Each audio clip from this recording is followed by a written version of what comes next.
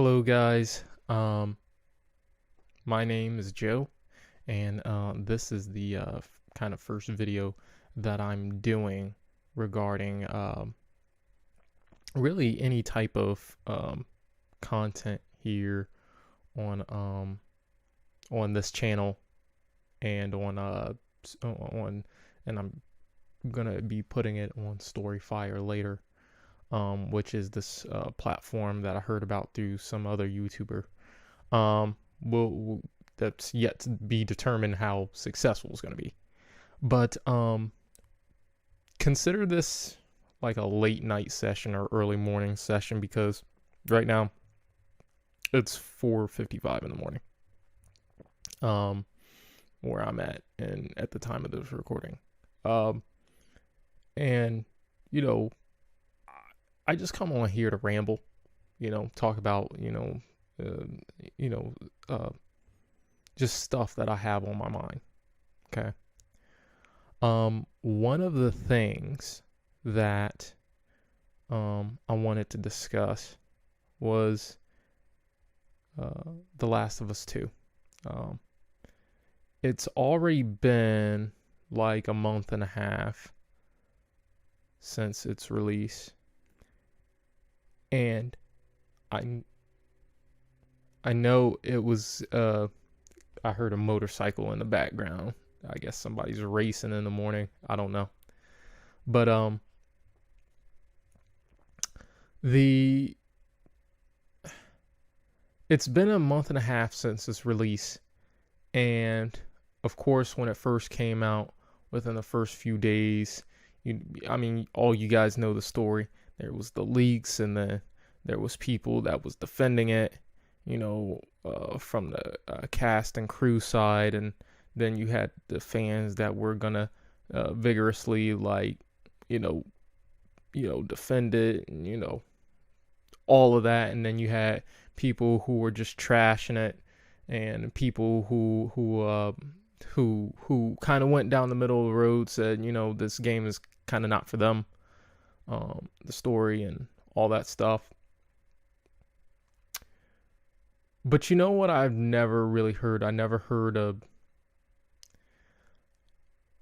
Well, I never really saw a video covering the side that resonated with me, the points that resonated with me. So this is not me dumping on the game. This is not me hating on the game. I don't hate the game. I don't even know the game. I have decided against buying it because I've heard other people talk about it in their reviews, and I have seen some gameplay footage and some cutscenes after its release, not prior to the release, but I've seen the cutscenes. I've seen hour long reviews, like 30, 40 30-minute, 40-minute, 50-minute reviews, almost hour-long reviews talking about the story and on both sides how much it means to people and how people perceive it and stuff like that. When it comes to me and why I decided against getting it, I didn't like the optics. I didn't like the optics from the well, first of all the things that, for me, I'm not a multiplayer person. I like my single story games. I like them to flow a certain way. I like them to be a certain way. And you've heard multiple people talking about it, and it seems to me that it wasn't going to flow the way that I wanted to. Okay? So I decided against buying it, which is my right.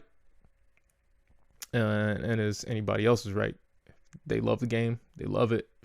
If you didn't like the game, you didn't like it. And that's okay. In either case. The thing that resonated with me when talking about The Last of Us 2, as far as, the story goes, were the inconsistency in how people reacted, the characters reacted, the way the execution of certain story events, certain storytelling, you know. And I can say that I severely do empathize with the people who said that the story was lacking, and that had issue with, by the time you got to play as the different character, that pretty much all your stuff was gone and you have to get all that stuff again.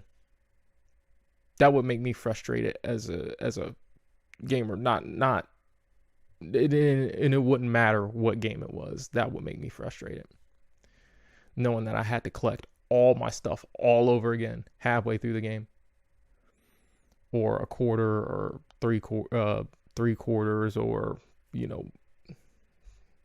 33%, a third of the way through the game, whatever the case may be.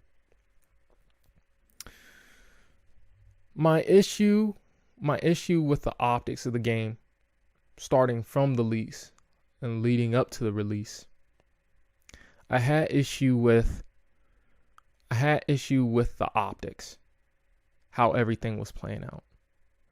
I had issue with the people on the corporation side of Sony and Naughty Dog, first of all, striking people's videos on YouTube. I had issue with that. Primarily because, freedom of speech, things of that nature. And that they were actually allowed to voice their opinions. They weren't using some of them weren't using any images at all. They were just purely talking about the game, and it seems to me that people, even that certain key people, even admitted that they had to go out and find these videos and strike them down so it won't affect their copies.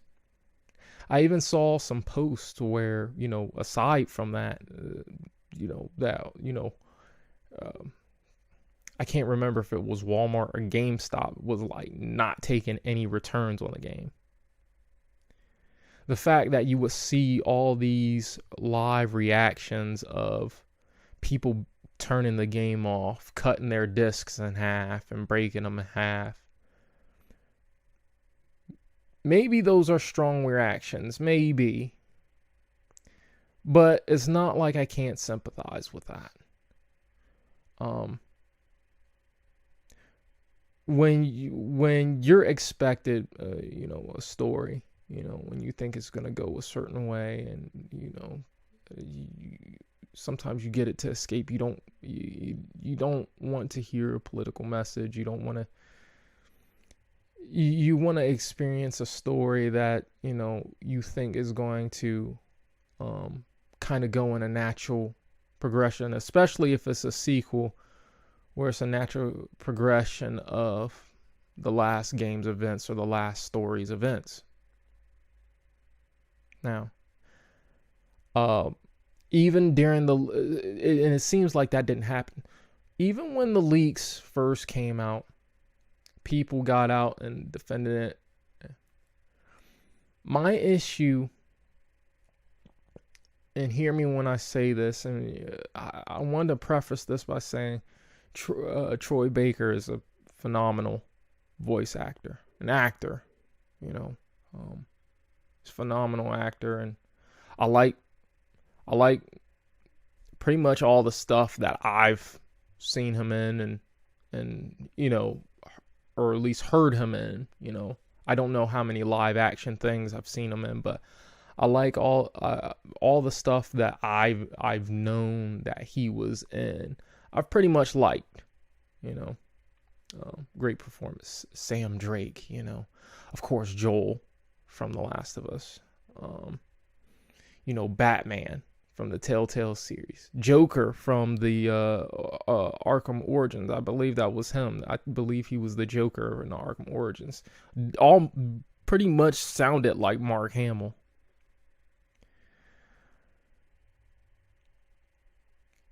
When he got on live and he defended whatever that, whatever happened with the leaks and everything like that, when he got on there and defended, I tell this joke when I'm telling people how I felt about all the stuff that was going down during this time. I say that I kind of feel like Snoop Dogg when when he was addressing Gayle King, for that interview she gave with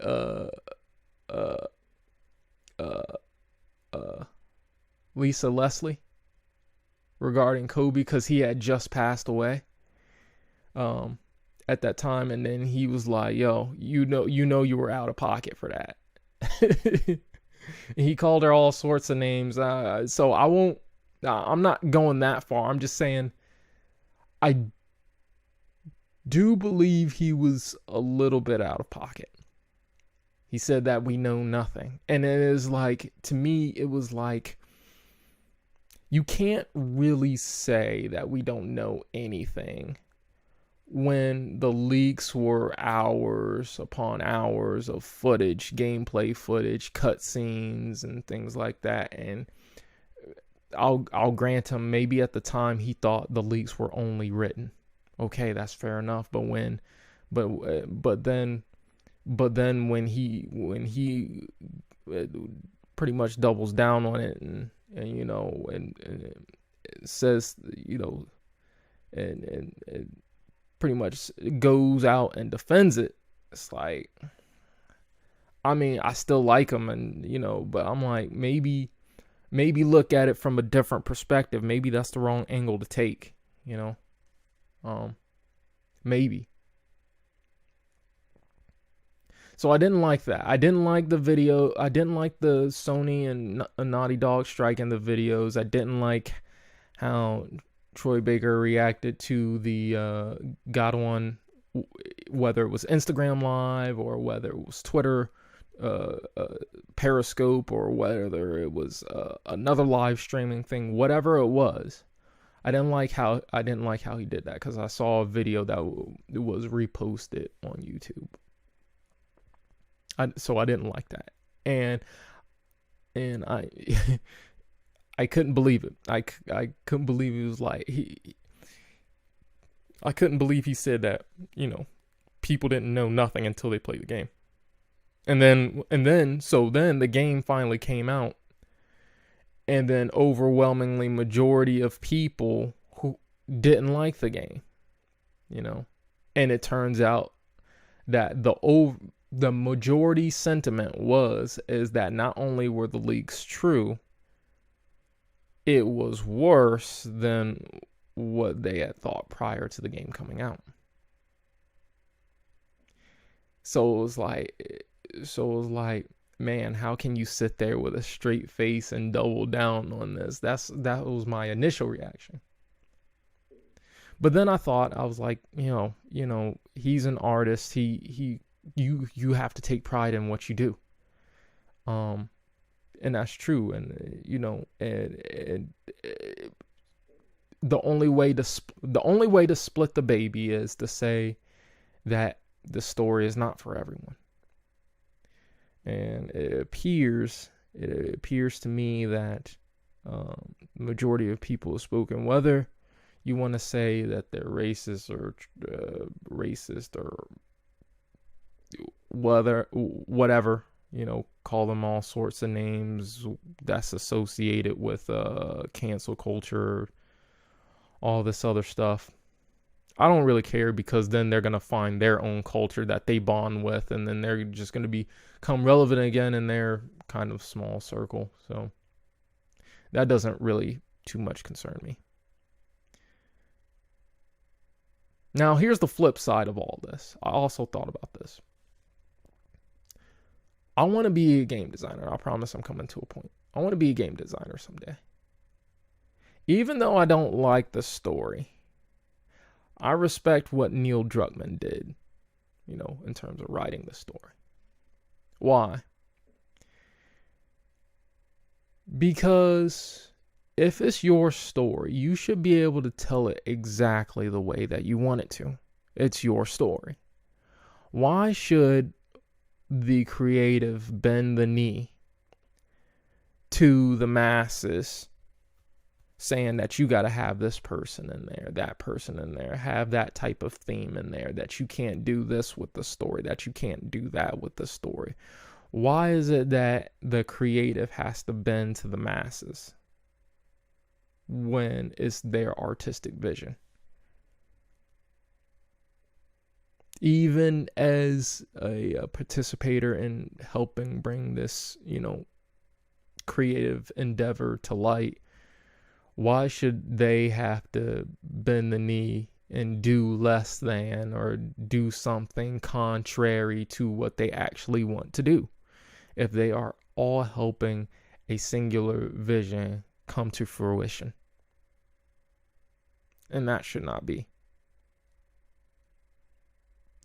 I hope that if I had something that came out that was famous or that was well liked or well received or, prior to, or that I want something I take it seriously, that they would honestly give it a shot and they would honestly, they could appreciate that it was my story and that I got to tell it the way that I want, despite the fact that it might not have any of the people that you might want in there. What if, okay, I'm black, what if I want to make a game with all white people? Can I do that? What if I want to make a game with all black people? Can I do that? What if I want to make a game about Nazis? What if I want to make a game about Christians? What if I want to make a game about LGBT? What if I want to make a game about, whatever, aliens or whatever the thing is? What if I want to make those games? What, it's only okay in one sense but not the other? Just because I disagree with it? Now everything has to get pushed aside and everything has to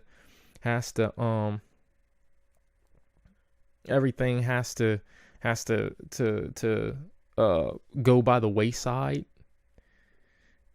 for the sake of the masses, for what they like. I don't agree with that. That's why I can respect that. Now, on the other hand, you do have, as a creative, I do recognize that, this is still a business. When you create something and you're trying to get people to buy it, you try to get people to buy it, there is a level of appeasement that you have to satiate to the masses. There's a level of that. And it's a tricky balance, but you do have to do that. And it seems to me that wasn't taken into account. Or maybe it was taken into account. Maybe that's the wrong way to say it. Maybe it was taken into account, but it wasn't weighted as heavily as it should have been. Maybe. I'm not saying that it should have been. I'm just saying maybe. And it seems to me that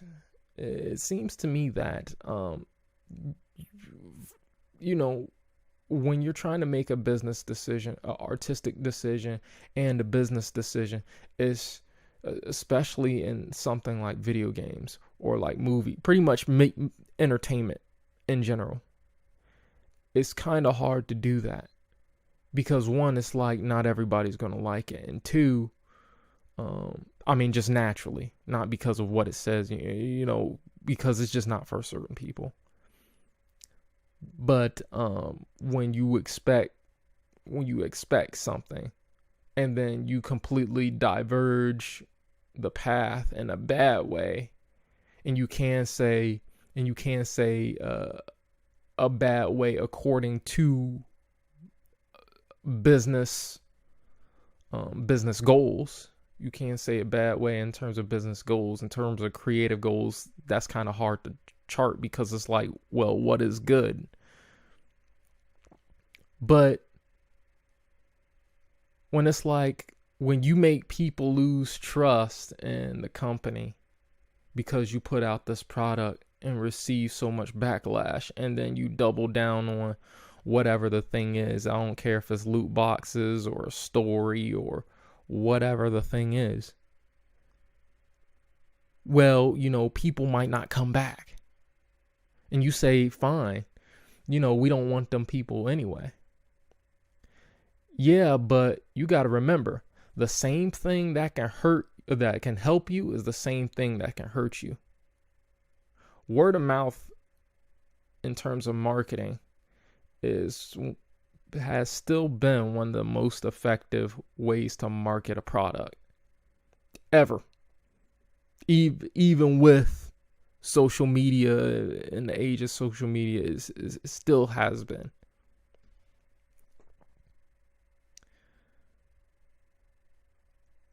So knowing that,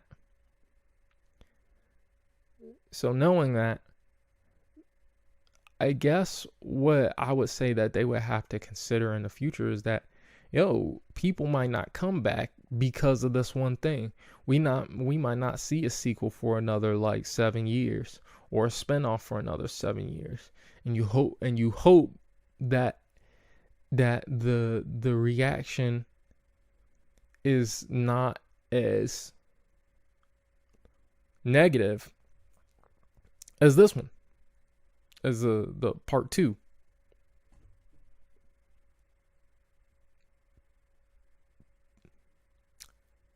I mean, that's the skinny of it. I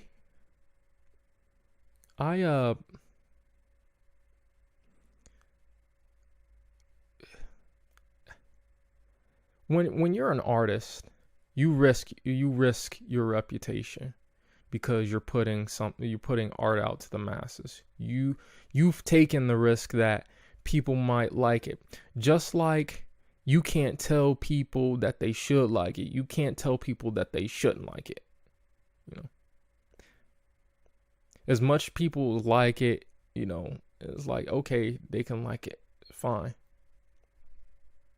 I got no problems with you liking it. I have no problems with you liking it.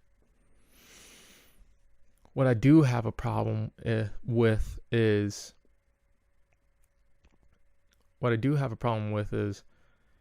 you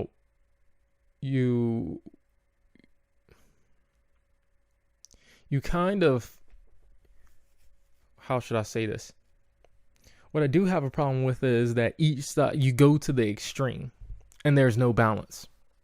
And that you have to, and you kind of have to balance these feelings. Yeah, a person can have their artistic integrity, but the only way that it gets compromised is because of business.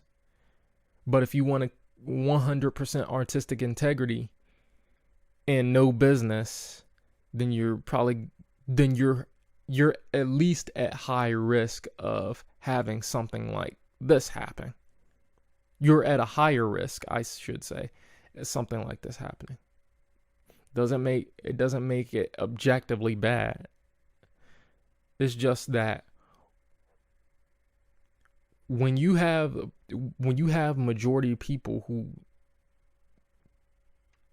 who go against it for different reasons. For mine's was the story. Mine's was primarily the story. I didn't agree with it. I wasn't going to do this. I saw how I didn't like the PR behind it. I didn't like it. I didn't like how they treated the story. I didn't like the PR behind it, the business behind it, the things that they were doing to other people behind it, the fact that the stores were saying, we are not taking this game back. I business wise, this thing is a PR nightmare, or at least it was. It's been a month and a half now, and at least at the time of this recording, the PlayStation 5 and the Xbox Series X will be coming out in a few months. So, hey.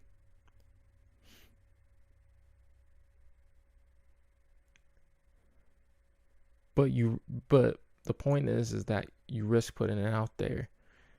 And because you risk putting it out there, you open yourself up to the criticisms. And that's the other thing. I'm not so sure that, you get to say it's not valid that people shouldn't like what they like or should like what they like. And everybody has their reasons. Why does my reasoning for liking it or not liking something have to be your reasoning for liking it or not liking it? Can I not like it just because I don't like it? And then it's like people get offended. Well, that's no argument. It's like, who cares? Because it's like, who cares? Because the outcome is that you don't like it. Plain and simple. Could somebody talk you out of not liking it? If I said, what's something that you don't like in the game, in games in general, and then I pointed that out to you in terms of story, in terms of this, that, and the other, and you're like, well, you shouldn't like it. You wouldn't appreciate that. Me saying that, well, you shouldn't like it by this definition. By this definition, you said it's a bad game. Yeah, but you still like it. Why you like something doesn't always have to make sense to, whoever you're explaining it to, because it's an individual choice whether they like it or not. I don't have to give you a reason why I don't like it. And you don't have to give me a reason why you do like it. Just, and vice versa. If I like something, I don't have to give you a reason why I do like it. And you don't have to give me the reason why you don't like it. You can just not like it. And you don't have to be labeled as anything because you don't like it or because you do like it. That seems a little absurd to me. It does. Again, I say, it's and the whole ridiculousness about people being so extreme about, harassing the actors and, saying, getting death threats and all that other stuff. That's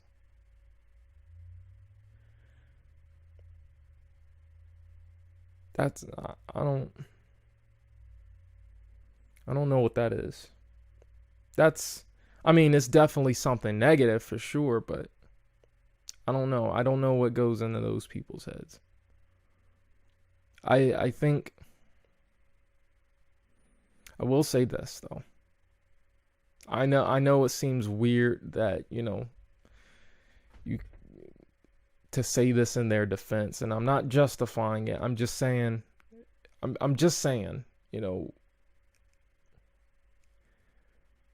when you have stories like these, games, anime, or whatever it is, and these are the people that's coming up to the actors, these same people that's coming up to the actors, and these actors and actresses share the same stories on their Instagrams and Twitters and YouTube and cons, virtual cons, and all this other stuff about how somebody was so affected by the story that, it saved them from harming themselves or killing themselves or going to shoot up a school or, stabbing somebody or getting through a tough period in their life or whatever the case may be. That's how much passion they poured into.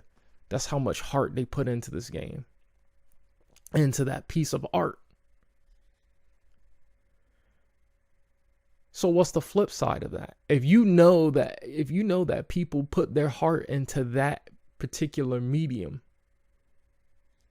what you think is going to happen when what's the direct negative opposite of what that feeling is? That make you want to go shoot somebody or, kill somebody or, I mean, they're so emotionally charged and wrapped up in a story that they essentially bent their mind towards being absorbed in that world. Because think about it like this. If for every good story about, how they related to the characters and how this pulled them away from their terrible home life and how they were having a hard time at school, and then you come and then you have a person with a similar background, in terms of real life, and then they go into that particular medium, that particular game or whatever it is, and they had a negative reaction to it. It's like, man, this was the last safe space that I could, be free and get away from the pressures of life. And they have a negative reaction to it and bad experience even in that.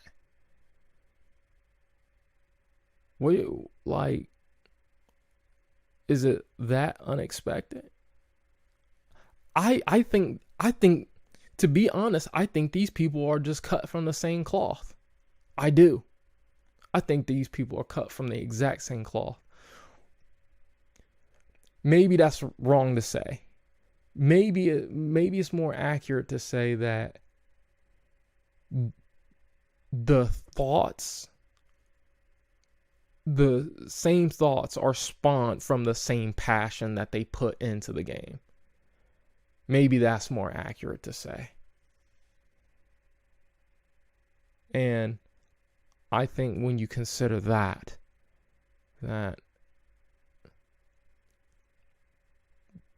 like I said, I'm not saying it's right. I'm just saying that when people pour in their passions for something and then they have a negative reaction to it instead of a positive reaction, that's kind of what you get. Not to say you deserve it. I'm just saying that's what the outcome is. That maybe that's more the choice of words that I should have pursued. I have no ill will towards Naughty Dog, Neil Druckmann, or none of these cast crews, because it's whatever. The game's not for me. Story wise, PR wise, just I was gonna get it, but everybody kept talking about it, and I wanted to, and there was enough doubt there to make me not get it. And then I watched the reviews when it came out, and most of them that said, even the middle of the road ones was like, yo, the gameplay is fantastic. The visuals, everything like that is just beautiful, But that story, man, they messed up the characters that they love, that they, poured in that passion, like I was saying, into. And it took a completely different route, and, plot holes between the first couple of games, and, plot holes within that game itself, and how logically this didn't make any sense for the characters and stuff like that.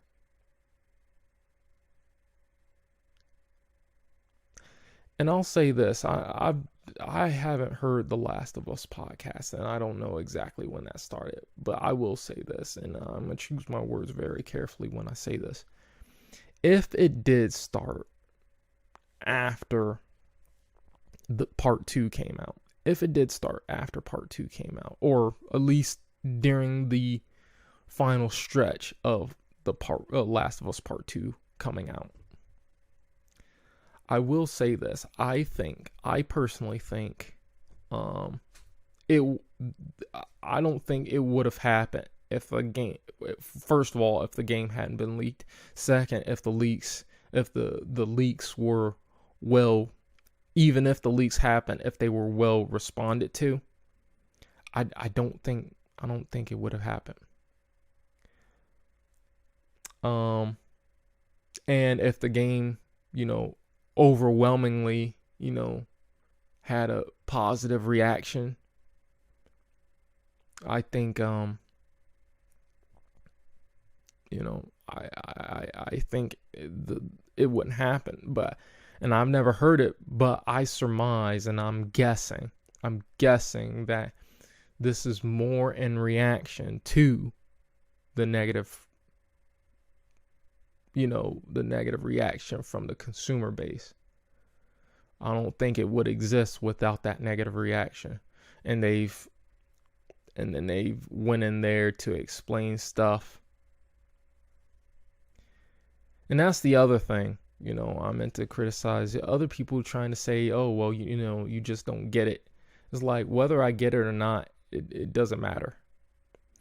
And to be honest, people who do like it made multiple videos claiming that, this is what it is. If the video cuts out here, there will still be audio, and I'll figure something out. But I'll try to wrap this up quickly. I'll say this one last thing, and then I'll get off. I think with the notion of, well, they just don't understand. It's like, you can understand the concept and the story points. You can understand even after explained or not. It doesn't. What is it gonna magically make you like it? Is it just gonna magically make them like it? It's gonna be like, oh, now I get it. Is it gonna do all that? It's not gonna do that.